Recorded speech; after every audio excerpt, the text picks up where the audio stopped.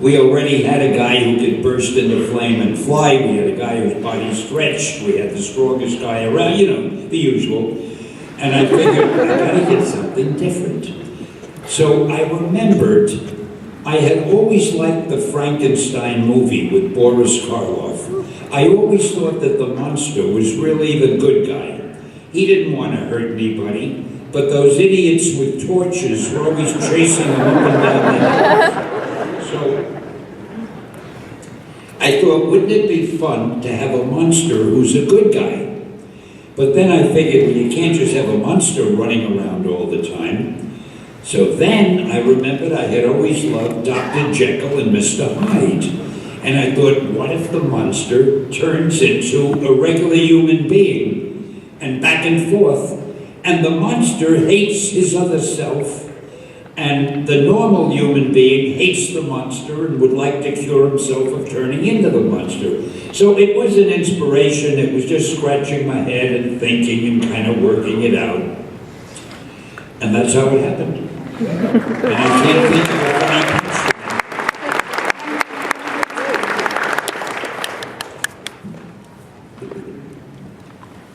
Favors, actually. I'm wondering what the backstory was of how you decided to work with Arnold Schwarzenegger for your upcoming comic series, The Governor.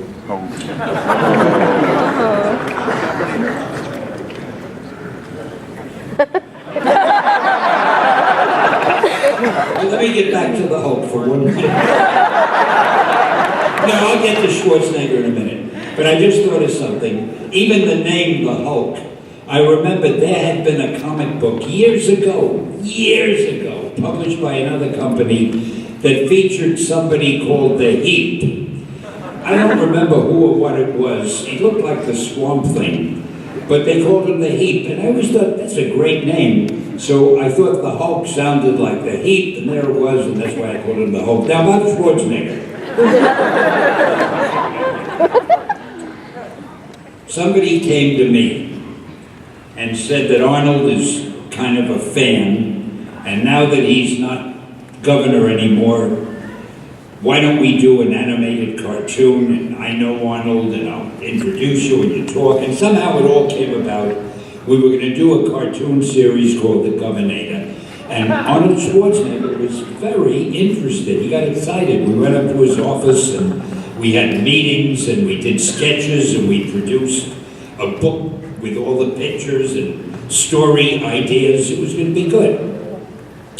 Then this happened. And unfortunately, we're not going to do the cartoon anymore. However, we got the cartoonist, we got the animation studio, we have everybody who was ready to go. So instead of letting them go to waste, we'll try to think of something else. So instead of the Governor, the next time I come here and I'm on a panel, I'll tell you about the new cartoon show we have. But unfortunately, would you really give us a hint of who the villain will be in the Avengers movie? Would you be willing to give us a hint of who the central villain in the upcoming Avengers movie would be? I actually have to hold him down.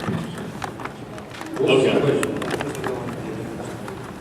I don't know. No, I would probably tell you because I can't keep a secret.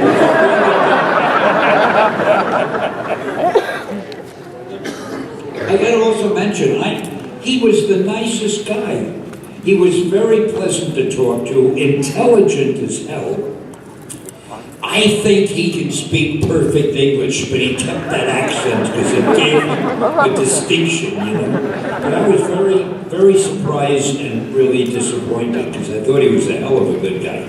Enough about Arnold. Okay, now we get on to other things. So in your original Spider-Man comics, you always made sure that you didn't just show the superhero side, you wanted to make sure you showed like their problems in their real life outside of being a superhero. Did you ever have trouble like not having too much action but not having too much of his real life so that it stayed like a perfect medium? All I could make out was, did you ever have? That's all. How do you balance the action side of the superhero comics with the Well, that's just writing stories, that what every writer does. You can't, when you do a superhero story or any kind of an action story, you can't just have one action scene after another. There has to be something about the characters' personal lives and how they get into this and how they get out of this and what are their problems and hopes and aspirations and frustrations. You need all of that. So it's not just me, that's what everybody does when they write a story. They figure, okay, here's the problem. If it's a superhero story, here's the villain. If it's just a normal story, here's the problem. And the hero or heroine is faced with it.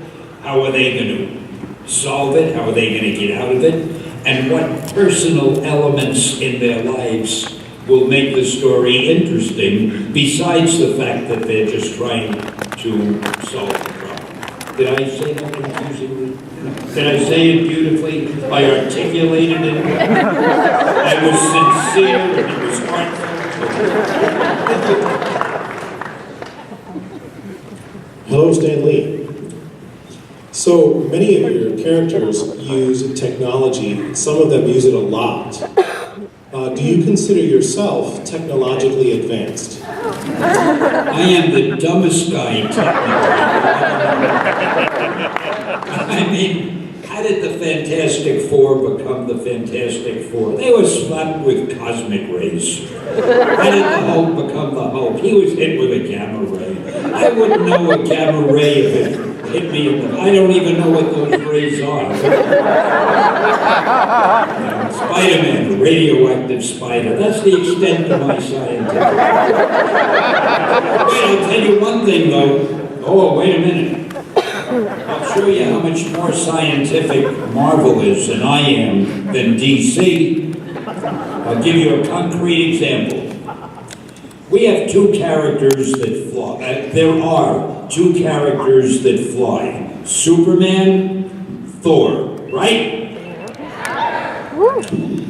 Superman flies with no visible means of propulsion. He just assumes this pose in the air. Marvel and I, ultimately scientific. I gave Thor a hammer with a leather thong attached to his wrist. He swings that hammer so fast it's like a propeller. Then he lets it go. And naturally the hammer goes flying off into space, but the thong is attached. So he pulls Thor along. Technical wizard around my neck.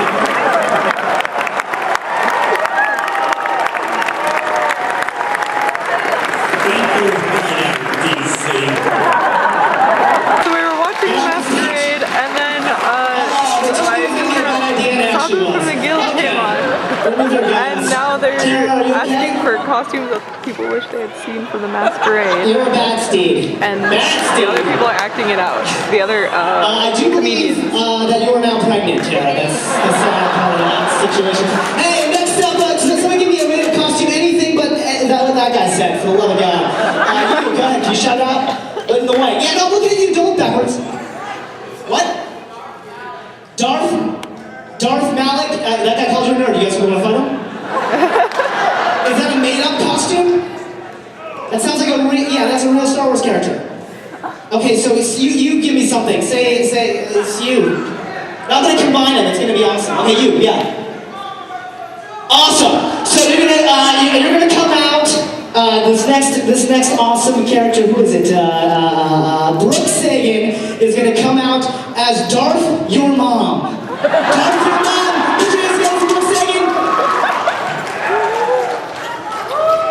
Oh, just flying karate kick. I think she's got... Do your homework!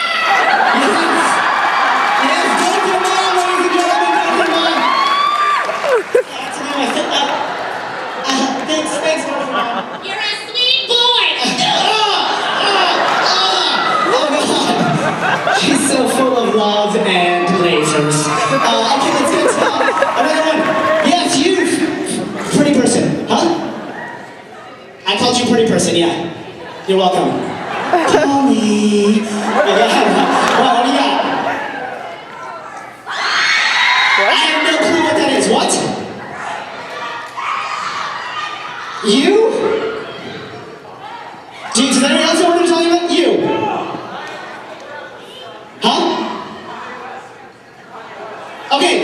You are a break from Pandora Heart. No, sorry. Who's got that? Alex Albrecht from Dignation. Is Kanye West dressed as Break from Pandora Heart? Here it comes, ladies and gentlemen.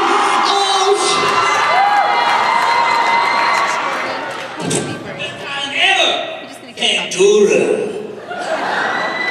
Where's Darth Mom? Go get inside Darth Mom, Kanye West. Okay, last but not least. Anyone want to hear? Yeah, you, sir. Ma'am. Sorry. My bad. Can't tell. Hermaphrodite. I don't know, man. It's hard to see the lights. Oh, jeez. This is awkward. Don't call me. Okay, what do you got?